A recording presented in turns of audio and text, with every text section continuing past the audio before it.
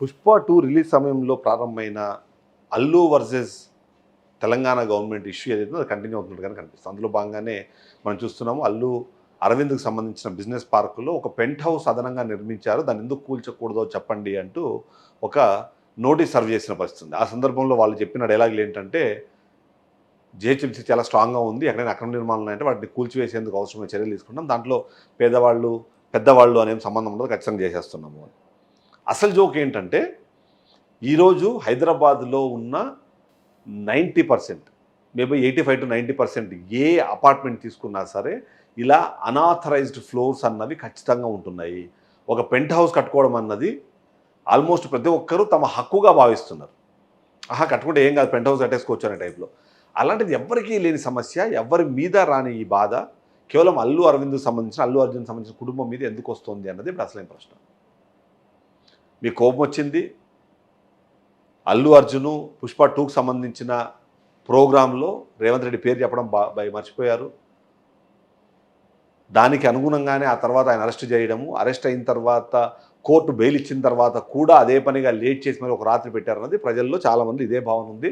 దేశవ్యాప్తంగా దీని మీద చర్చ జరిగింది. ఎందుకంటే పుష్ప 2 సినిమా రిలీజ్ అయ్యి ఎన్ని కోట్లు కలెక్ట్ చేసింది అని దేశవ్యాప్తంగా ఎలా అయితే చర్చ జరిగిందో, అదే సందర్భంలో ఒక సంబంధం లేని, ఒక అవసరం లేని ఒక కేసులో అల్లు అర్జున్ని అరెస్ట్ చేశారు అన్న చర్చ కూడా అదే స్థాయిలో జరిగిందన్నది విశ్లేషకులు ఎప్పటికప్పుడు చెప్తూనే ఉంటారు. అందులో ముఖ్యంగా తెలంగాణ రాష్ట్ర ప్రభుత్వానికి వ్యతిరేకంగా మాట్లాడే విశ్లేషకులందరూ కూడా అదే మాట మాట్లాడుతున్నారు. అది ఒక సినారీ అయిపోయింది. ఇప్పుడు అల్లు అర్జున్ లేదా అల్లు అరవింద్ అంటే వీళ్ళ నాన్నమ్మ, వాళ్ళ అమ్మ, తను చనిపోయిన నేపథ్యంలో ఇప్పుడు వాళ్ళు ఆ బాధలో ఉంటే, ఇవాళ జిహెచ్ఎంసీ వాళ్ళు ఇచ్చిన నోటీస్ ఏంది అంటే, మీరు అడిషనల్గా ఒక పెంట్ హౌస్ కట్టారు, ఆ పెంట్ హౌస్ని ఎందుకు కూల్చకూడదో చెప్పండి అని చెప్పేసి ఒక నోటీస్ ఇచ్చారు. సర్కిల్ 18 వాళ్ళు ఇచ్చారు. ఇది సర్కిల్ 18 వాళ్ళు ఇచ్చిన దాన్ని ఖచ్చితంగా మనందరం ఆహ్వానించాల్సిందే. అలాంటివి ఇంకెక్కడైనా జరుగుతున్నాయన్నా సరే వాళ్ళందరి మీద కూడా చర్యలు తీసుకోవాల్సిందే.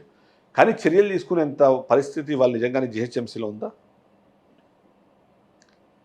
ఇలాంటి అక్రమ నిర్మాణాలు ఏది పెంట్ హౌస్ కాదు, ఫ్లోర్లు అక్రమంగా నిర్మించేసి ఆ నిర్మాణాలు ఏం చేయకుండా స్థానికంగా ఉన్న జిహెచ్ఎంసీ అధికారులు, అక్కడ ఉన్న ఫీల్డ్ స్టాఫ్, ఆ బిల్డర్లు వీళ్ళందరూ కుమ్మక్కైపోయి ఫ్లోర్లో బిల్డింగ్ కడుతున్నారు. అక్కడ ఎవ్వరే కానీ ఎలాంటి చర్యలు లేవు, కంప్లైంట్ పట్టించుకునే నాది లేడు, ఏం లేదు. కానీ ఇక్కడ మాత్రం వెంటనే దీన్ని ఎందుకు కూల్చివేయద్దు చెప్పండి అని చెప్పి ఒక నోటీస్ సర్వ్ చేస్తారు. సో ఒక ఫ్రిక్షన్ ఉన్నప్పుడు ఇలాంటి కార్యక్రమాలు అవసరం అన్నది ఒక పాయింట్ అయితే, ఆ ఇంట్లో ఒక విషాదం జరిగింది. ఎందుకంటే అదే నిన్న మనం నిర్మించింది కాదు, అది ఎప్పుడో నిర్మించిందే. వాళ్ళ ఇంట్లో ఒక విషాదం జరిగి వాళ్ళ బాధలో ఉంటే ఇప్పుడు వాళ్ళ మీద ఈ కక్ష సాధింపు చర్యలాగా దీన్ని కనిపించేలాగా ఒక నోటీస్ సర్వ్ చేయడం అన్నది అది కరెక్టా తప్పా అన్నది ఖచ్చితంగా జిహెచ్ఎంసీ అధికారులు ఆలోచించుకోవాల్సిందే.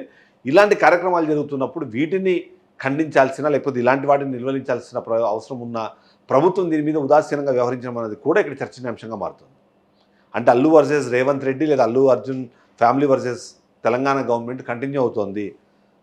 ఆ గొడవని ఇంకా వాళ్ళు మర్చిపోవట్లేదు. అందులో భాగంగానే ఇలాంటి కార్యక్రమాలు పాల్పడుతున్నారని ఏదైతే ప్రజలు మాట్లాడుకున్నా, విశ్లేషకులు చెప్పినా, సామాన్యులు మాట్లాడుకుని ఇవన్నిటికీ కారణాలు ఎవరు క్రియేట్ చేస్తున్నారు? అగైన్ వీళ్ళే. సో ఇప్పటికైనా అది ఎందుకు వాళ్ళు సర్వ్ చేయాల్సి వచ్చింది నోటీసు, అది నిజంగా నోటీస్ సర్వ్ చేసేంత పెద్ద తప్పు వాళ్ళు చేశారా, దానివల్ల వచ్చిన నష్టం ఏంటి, ఇవన్నింటినీ కూడా చెప్పాల్సిన అవసరం ఉంటుంది. అదే సందర్భంలో ఇప్పటికిప్పుడు మనం చూసినా సరే హైడ్రా కొన్ని కట్టడాలను కూల్చకపోవడం వల్ల దాని వల్ల ఏర్పడిన నెగిటివిటీ ఏదైతే ఉందో, అలాంటి నెగిటివిటీ నుంచి ఇప్పుడిప్పుడే బయటపడుతుంటే, బట్ ఇలాంటి నోటీసులు సర్వ్ చేయడం ద్వారా ఇంకొత్త తరహా ఎలాంటి నెగిటివిటీ వస్తుంది గవర్నమెంట్ మీద కూడా ఆలోచించాల్సిన అవసరం అయితే ఖచ్చితంగా కనిపిస్తుంది. దీన్ని ఆపమని ఎట్టి పరిస్థితుల్లో అని చెప్పను, చర్యలు తీసుకోవాల్సిందే. కానీ ఈ చర్యలు తీసుకోవడానికి జస్టిఫికేషన్ ఇవ్వాలి, ఒకటి. రెండు, ఇలాంటి అక్రమ కట్టడాలు ఎక్కడెక్కడ ఉన్నాయో అన్నింటినీ కూడా కూల్చేయాలి. అది కూల్చేస్తే అప్పుడు ప్రభుత్వము నిర్దాక్షిణ్యంగా చర్యలు తీసుకుంటుందనే మాట్లాడేదాంతో పాటు